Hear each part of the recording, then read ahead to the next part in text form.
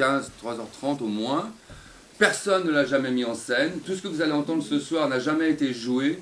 Je ne sais même pas si ça a été lu, à part par les Leroussiens et Sand dans leur soirée. Ils n'avaient pas la télé. Ils avaient la chance de pouvoir faire du théâtre tous les soirs.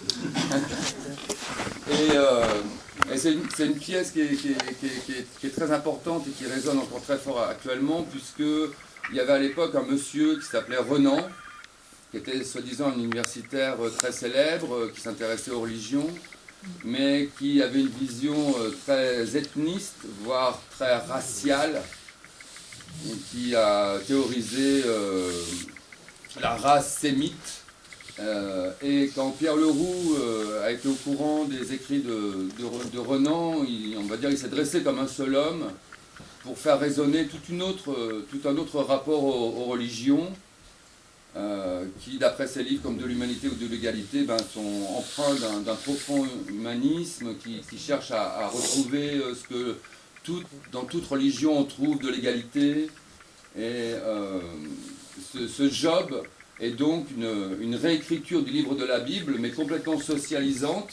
C'est un job socialiste, si vous voulez.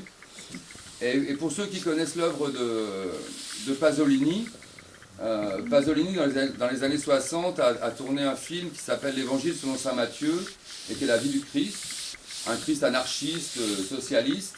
C'est dans les années 1966. Ben voilà, un siècle avant Pasolini, Pierre Leroux nous donnait ce job socialiste, où la doctrine socialiste devait remplacer, et doit toujours remplacer, la vision catholique, chrétienne. Voilà, c'était pour vous résumer ceci. J'ai oublié des choses? Non.